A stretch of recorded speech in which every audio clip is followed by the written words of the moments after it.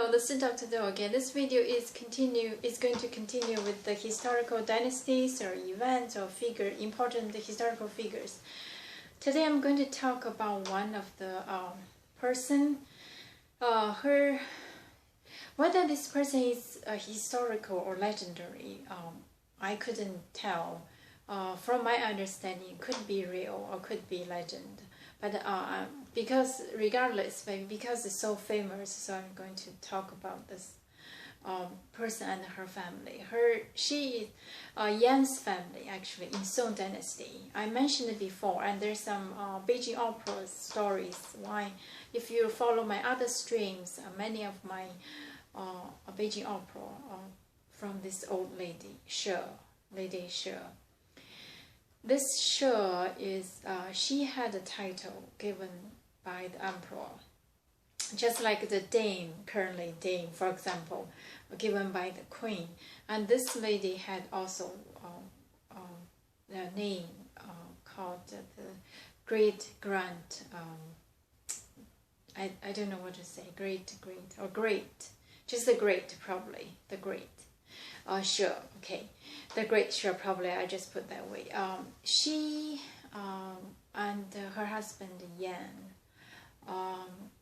in Song Dynasty. If you recall, Song Dynasty at the started from Zhao's family established through the bridge chain event. If you recall, soldiers or just put the special uniform that only the emperor can wear and put on his shoulder when he was sleeping, so when he woke up, so just declared the emperor and also the previous emperor just yielded, gave the throne to him. So this is how the Song Dynasty is established. Throughout the Song Dynasty was never peaceful, actually. A lot of wars, particularly international, the border people. So that's during the wartime. That means a lot of heroes. I mentioned one of them is Yue Fei, died early, and the other important is this Yan's family. So this lady Great She and her husband Ji Ye Yang, they have seven sons, and some even more, 8. The other one probably is adopted, according to the legend. So because it's wartime, and they both serve in the court with the emperor, and whenever the war starts, so they will lead as a military commander, lead the army. And because of the family, it's so huge, probably just the second family in the country. So of course a lot of political enemies. In addition to the international drawing the war, and some of the sons just died from the political plot.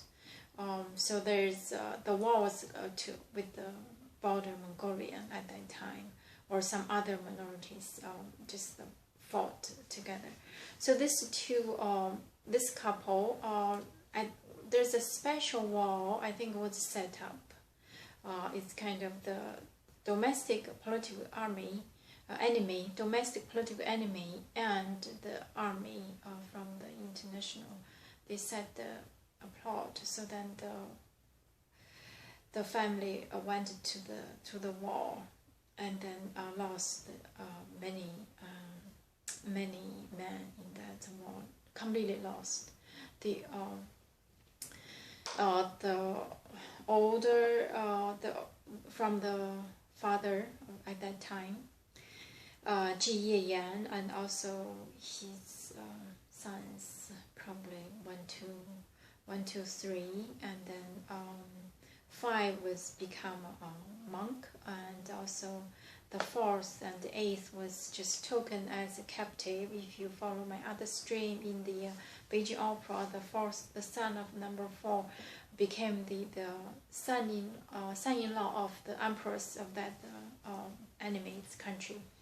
So this is about the very important, famous family, a lot of legends. So eventually the family just left, and the number 7 was killed by the domestic enemy. tortured and killed.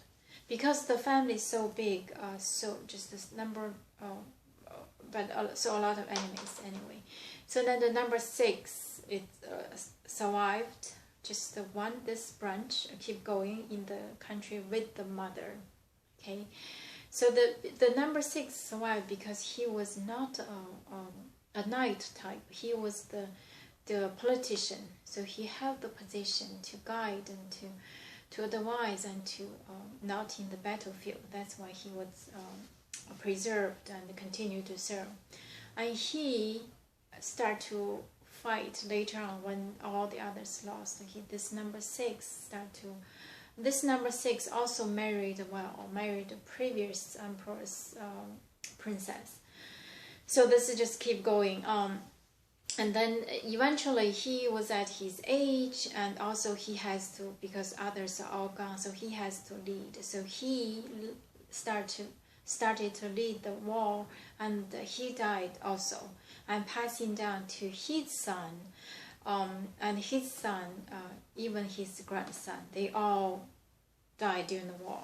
So eventually the family started with this great lady She, and her son-in-law, her grandson-in-law, actually, there was a very famous lady, Mu. And so eventually the war became her grandson-in-law, granddaughter-in-law, actually I should say that, the wife of grandson. So granddaughter-in-law and her, and also Mu's 2 daughters. So this is became the stream of eventually the lead, a lot of legends. That's why a lot of legend, because this great lady She, as a commander, and took all the females as a leader to fight, continue the fight, never give up, never cease. She lived until I think 100 something, if it's real or not, but the legend at least. So this is about and eventually just the Song dynasty still, even though there are people like them and other heroes fought the war, but still eventually the dynasty was taken over by the peripheral small tribe and took the mainland. So that's the purpose I present here, because this great lady She was so famous, and also her granddaughter-in-law, Lady Mu, also very famous. They both led the army to continue for not short time actually. Actually, the man's journey in the wartime was kind of very quick, just like suddenly when the war started, just everybody went to the war, and then one by one just lost. Eventually became this lady led the army and continued to fight until last minute, I guess. And there are a lot of legends. That's why probably there are so many legends and stories, because of this 2 female and also the just keep going from generations to generations, continue to fight until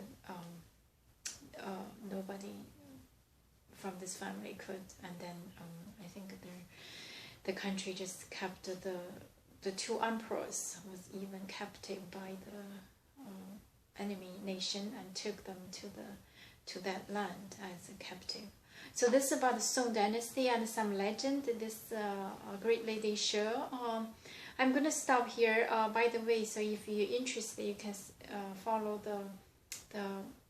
you can search. Actually, you can search this lady and her family. There's so many stories about it. So I'm gonna stop here. I hope either if you're writing something, if you're interested, you want to write, then you can search more. I hope you can find more information to help you. I'm gonna stop here. Thank you for watching. I will see you next time.